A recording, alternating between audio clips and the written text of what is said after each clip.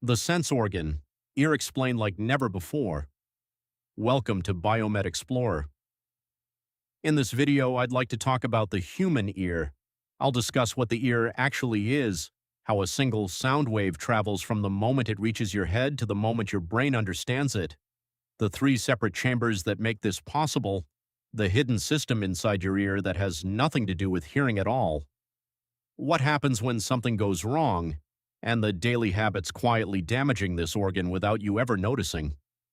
So let's get started. What is the ear? Most people know their ears let them hear.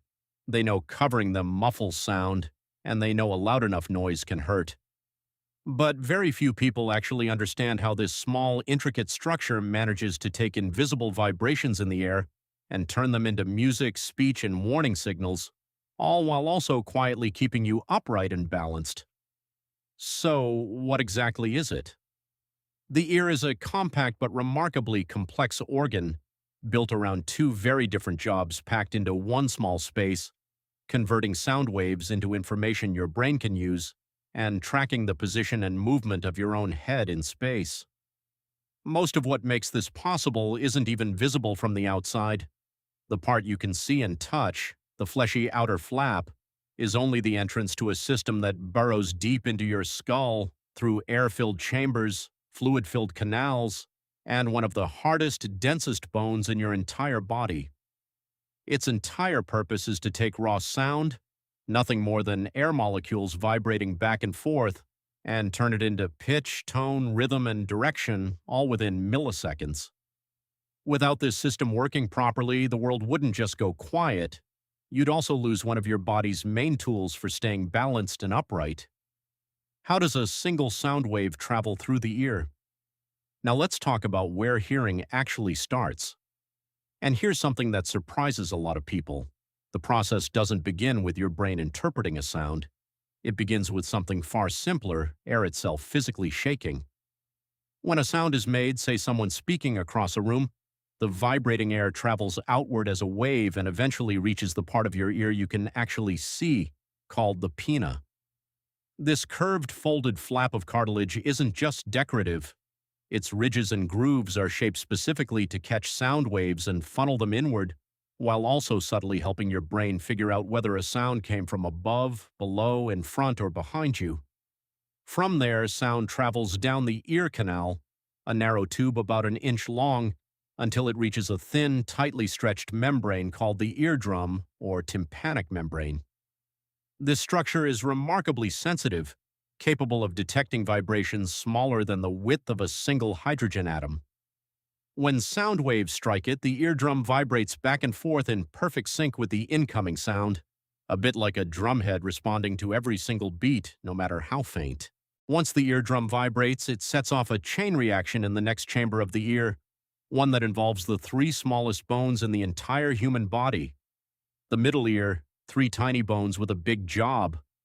Just behind the eardrum sits the middle ear, a small air-filled cavity containing three impossibly tiny bones, nicknamed the hammer, anvil, and stirrup for their distinctive shapes. Together they form the smallest connected chain of bones in the human skeleton, and their job is surprisingly clever. Sound arrives as vibrations in air, but the next stop on its journey is filled with fluid instead. And fluid is much harder to vibrate than air, a bit like the difference between shouting across a room versus shouting underwater. Without help, most of that sound energy would simply bounce off the fluid and get lost. So these three tiny bones act as a mechanical amplifier, taking the vibration from the eardrum and concentrating that same amount of energy onto a much smaller surface, the oval window, dramatically boosting the pressure of the vibration in the process. It's an elegant workaround, solving a physics problem most people never even realize exists. This same chamber also connects to the back of your throat through a narrow passage called the eustachian tube, which is why your ears sometimes pop on an airplane or while driving up a mountain. That popping sensation is simply the tube equalizing air pressure on both sides of the eardrum, keeping it free to vibrate properly. The inner ear, where vibration becomes sound. Past the three tiny bones lies the inner ear, and this is where things get genuinely remarkable.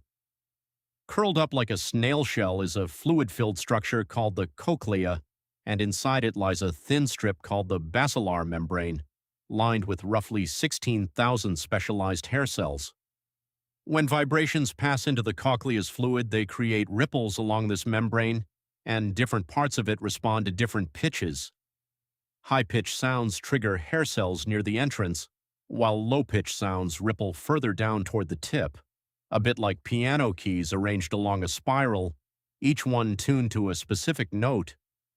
As these tiny hair cells bend in response to the vibration, they convert that physical movement into an electrical signal, the same basic currency your entire nervous system runs on. These signals gather into the auditory nerve, which carries them to the brainstem and eventually up to the auditory cortex, a region on the side of the brain responsible for piecing pitch, volume, and timing back together into something recognizable, a voice, a melody, a warning siren. And remarkably, this entire process, from vibrating air to a fully interpreted sound, happens in a fraction of a second. The hidden balance system. Here's a detail that catches almost everyone off guard. Sitting right next to the cochlea, sharing the same fluid-filled space, is a completely separate system that has nothing to do with hearing at all. It's called the vestibular system, and its entire job is tracking balance and movement. This system consists of 3 tiny fluid-filled loops called the semicircular canals, each oriented in a different direction, along with 2 small pouches that detect straight-line motion and gravity. Whenever you tilt your head, spin around, or nod up and down, fluid inside these canals shifts and bends more tiny hair cells, sending signals to your brain about exactly how your head is moving through space. Your brain combines this information with what your eyes see and what pressure sensors in your feet detect, cross-referencing all 3 constantly to keep you balanced. This is also exactly why spinning in circles and then stopping suddenly makes the room feel like it's still spinning. The fluid inside your semicircular canals keeps moving briefly even after your body has stopped, sending your brain a signal that doesn't match what your eyes are seeing, and that mismatch is what you experience as dizziness. How the ears pinpoint direction. One ear can technically hear, but 2 working together create something a single ear never could: the ability to locate exactly where a sound is coming from. Because your ears sit on opposite sides of your head, a sound coming from your left reaches your left ear a tiny fraction of a second before it reaches your right ear, and it arrives very slightly louder on that side too. Your brain compares these tiny differences in timing and volume between both ears and uses them to calculate the direction a sound came from almost instantly. It's part of why a sound coming from directly in front of or behind you can sometimes be harder to locate. Both ears receive it at almost exactly the same time, giving your brain less of a gap to work with. When the system breaks down. Given how many delicate parts are involved, it's no surprise that hearing and balance problems are extremely common. Conductive hearing loss happens when something blocks sound from properly reaching the inner ear, often from earwax buildup, fluid, or damage to the eardrum or tiny middle ear bones, similar to a speaker being muffled by something physically in the way. Sensorineural hearing loss is different and often permanent. It happens when the delicate hair cells inside the cochlea become damaged, most commonly from prolonged exposure to loud noise.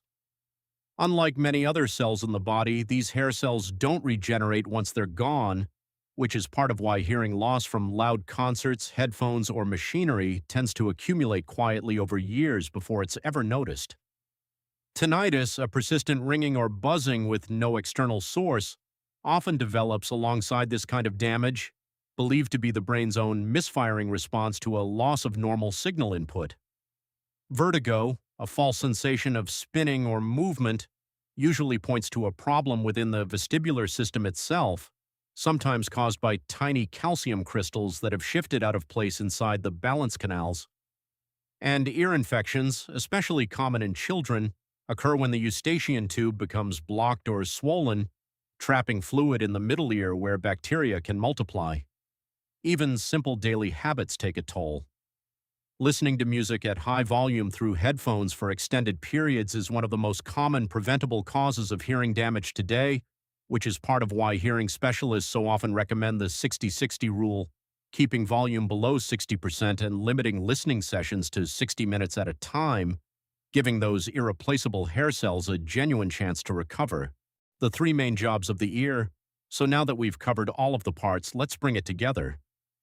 The ear has three main jobs it performs every single moment it's active. The first job is sound capture and amplification. The outer ear funnels sound inward, the eardrum converts it into vibration, and the three tiny middle ear bones amplify that vibration enough to cross into fluid. The second job is conversion. Inside the cochlea, thousands of tiny hair cells transform physical vibration into electrical signals, encoding pitch, volume, and timing before the information ever leaves the ear.